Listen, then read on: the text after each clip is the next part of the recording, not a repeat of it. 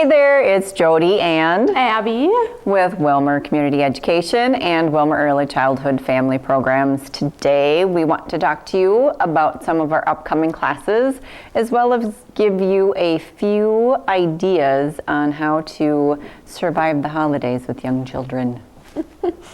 So Abby, what are some of the classes we have coming up? Well, we have a lot of fun ones coming up. We have this Tuesday, Fall Messy Play. And that will just be an opportunity for your kids to get messy, do some different art things, and we will clean up the mess. I like that. Yes, that's always a perk. We have Grand Friends Morning Out. Grandparents are welcome to come and do a little outing with their children, their grandchildren, from 9:30 to 10:30, and that's December 7th.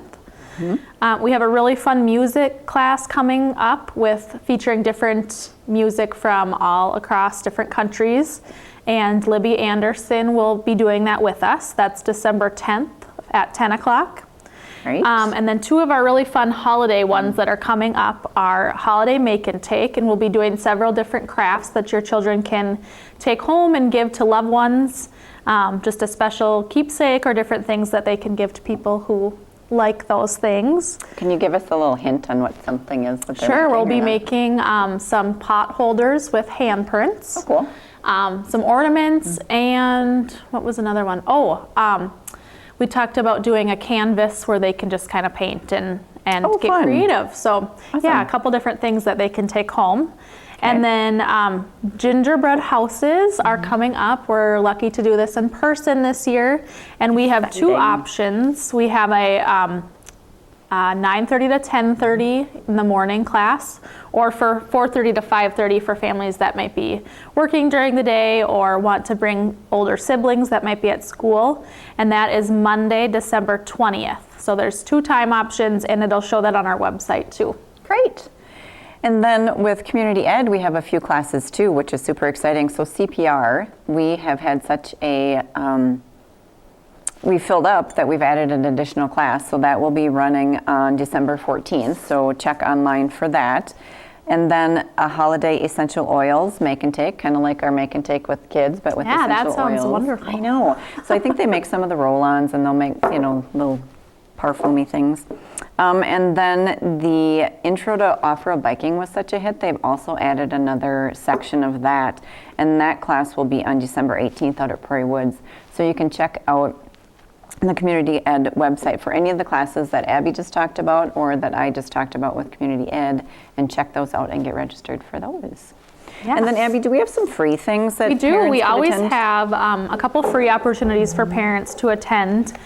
We have parenting partners, so I go out either to your home, or we can host at Jefferson, or even Zoom opportunities. And that's just kind of to work with you with anything you might be struggling with, or issues you're having maybe with potty training or sleeping. And we just kind of develop a plan together, and then I come and help you follow through with that plan. And our schedule is filling up with that. So if that's something you're interested, definitely reach out and I can help you with that. And then we also have Baby Talk, and we're doing a launch coming up on, Tuesday, December 7th. That first Tuesday in December, and that's with Public Health as well as myself, and it's just an opportunity to talk all things baby, sleep, eating, nursing, formula, any questions you might have that you maybe don't feel like you have anyone to talk to about. It's a great place to meet other new moms and kind of connect with myself and a nurse. So those are both free and offered.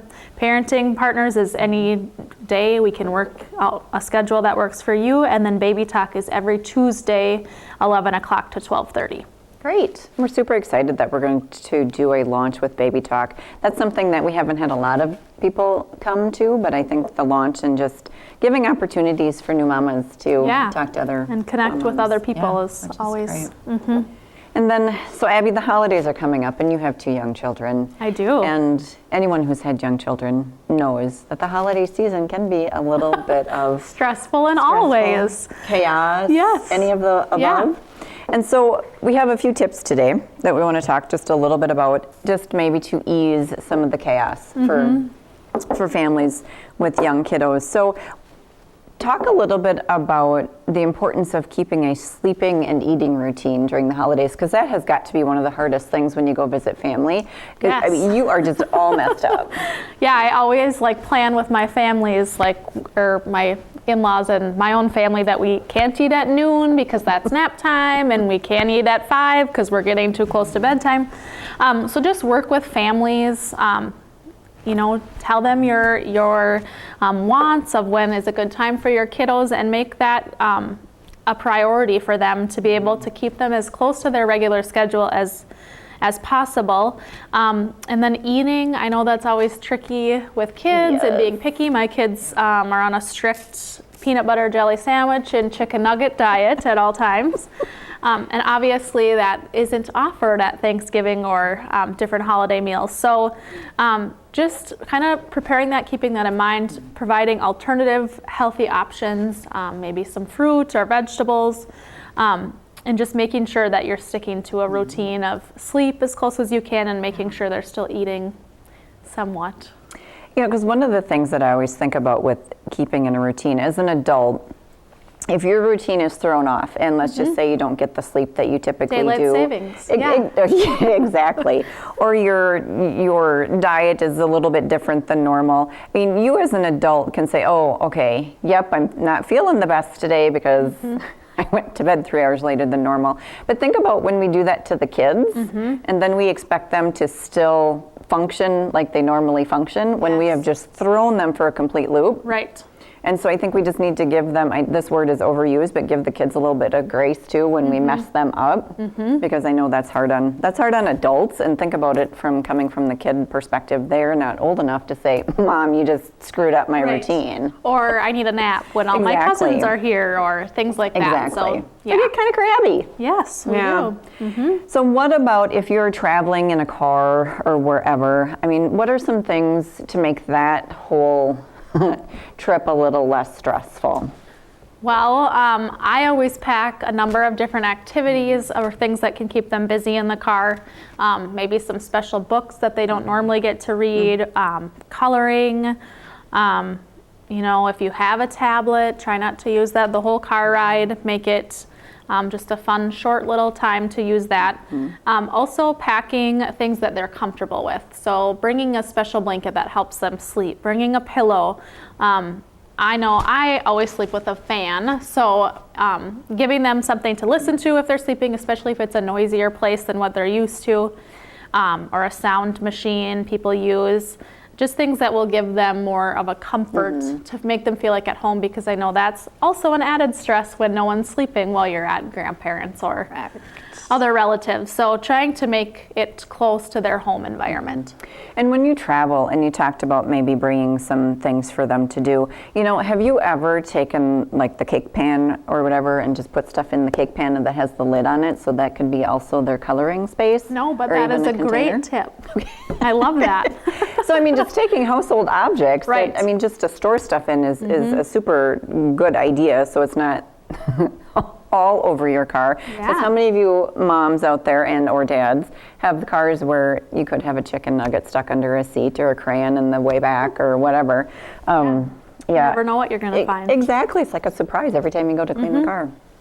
And then in regards to traveling, I think that's really important, is just having something that's very comfortable for them and they know it. Yeah. And then you also alluded a little bit to tablet time. So that gets into screen time and how important it is to limit screen time too. But talk a little bit about screen time and how we can use that in an appropriate way to help kids during this crazy time. Yeah, and I know that's really difficult because it is such an easy way to distract them or keep them busy. But one tip that I saw that I thought was a great idea was using screen time as a family thing over a break or get away with families. Try to enjoy a family movie together and say, we're not going to use our tablet now because we're going to be watching a movie together as a family. And like I said, I know tablets are inevitable. We have them too, but just try to limit time and instead make memories with your whole family together. And I think it's important as a parent that when you do give them the iPad, the tablet, the screen, to really limit the time that they use it by themselves. And if they are going to be using it, how can you interact with them as well Right. to make it that interactive piece? I think that's important. Yeah. And then the other thing, you know, we're still in the midst of a pandemic, but at least we can go outside now. But the providing time to play indoors and outdoors is so incredibly important. Yeah.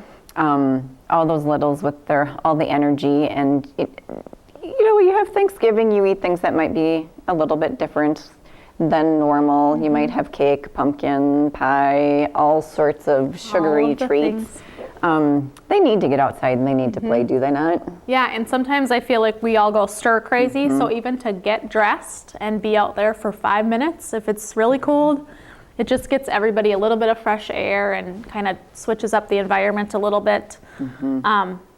And you know, with the pandemic and being limited as to what we can do, going outside is a great activity to burn off some extra energy or build a snowman or start some different traditions that maybe you want to try with your own family over the holidays. And what is it that somebody it talks about? There's really no bad weather, just bad clothing. Yeah.